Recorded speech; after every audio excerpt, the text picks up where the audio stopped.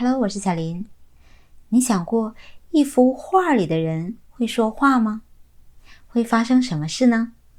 今天呢，就给大伙儿讲一个奇幻的爱情故事，名字叫画中人。这个故事发生在1000多年前的长安城，那可是当年的大城市，相当于今天的北京。在长安城里啊，有个画家叫柳白，画画画得特别好，挺有名气的。他的画好在哪里呢？他呀，就是能把人画得像真的一样。有一天呐，20多岁的小伙子赵岩听说了这位画家，非常好奇，就去他家里看画，打算挑选一幅画装饰自己的房间。他刚进到画家的家里啊，就看见一位美人站在床边，裙子随风轻轻摆动，一双眼睛水汪汪的，又清又亮，而且这双眼睛正看着他呢。他当时就看傻了，心想，世界上竟然有长得这么漂亮的姑娘。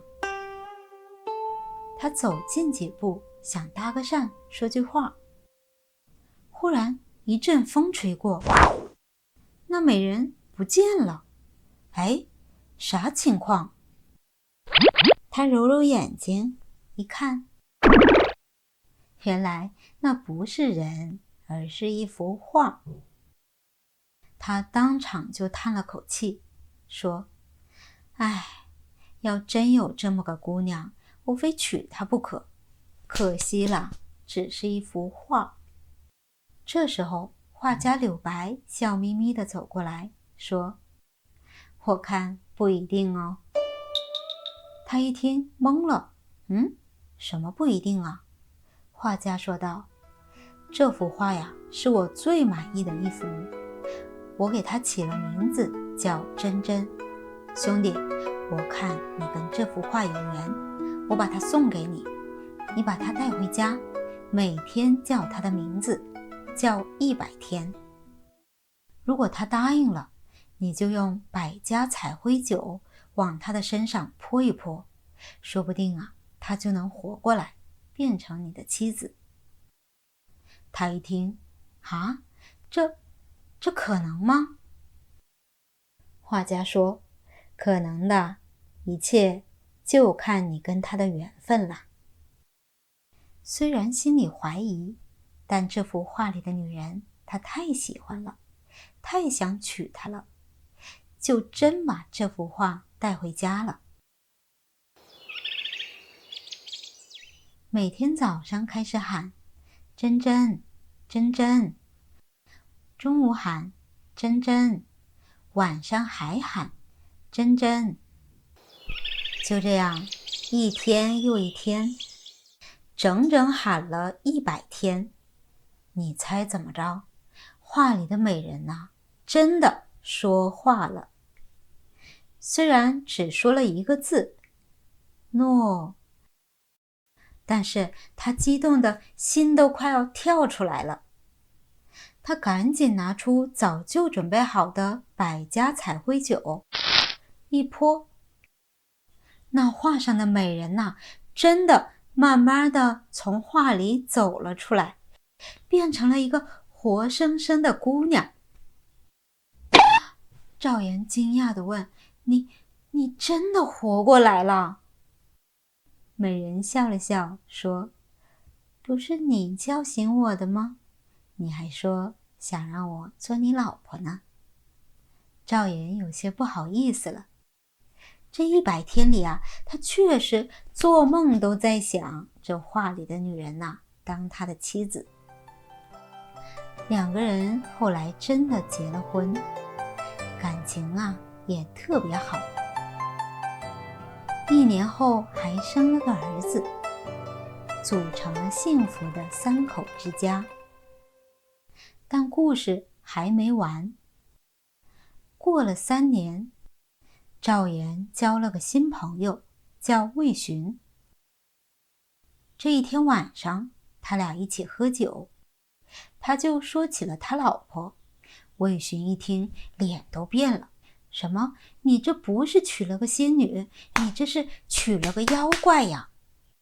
他喝了点酒，本来呀有点醉了，一听到妖怪这个词，脑袋嗡的一下，马上清醒了。这几年，珍珍一直对他和家人都特别好，邻居们也都夸她是个好媳妇儿。怎么会是妖怪呢？但是一想到他是从画里走出来的，又不得不怀疑。朋友看他犹豫，说：我这里有一把剑，专门对付妖怪的，你拿回去，是人是妖，一刺就知道了。赵岩觉得拿剑回家怪怪的，但是也想不了那么多了，就拿了剑回了家。刚到家门口啊，屋里就传来了妻子的哭声。他推门一看，只见珍珍眼泪汪汪地看着他，说：你怀疑我了，对吗？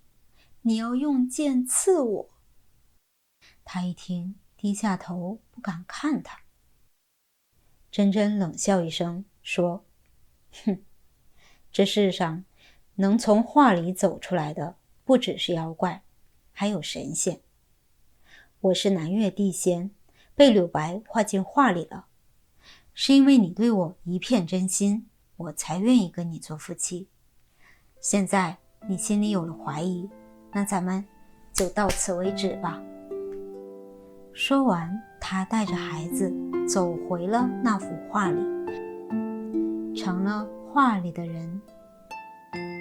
看到妻子和儿子都变成了画，他非常后悔，恨自己呀，为什么愿意相信刚刚认识的新朋友，却不愿意相信和自己朝夕相处多年的妻子。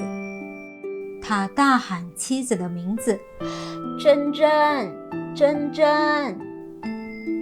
可这一次，不管他怎么喊，画中人呐，不会再从画里走出来了。故事讲完了。要是换成你会把那把剑带回家吗？欢迎在留言区说说你的想法。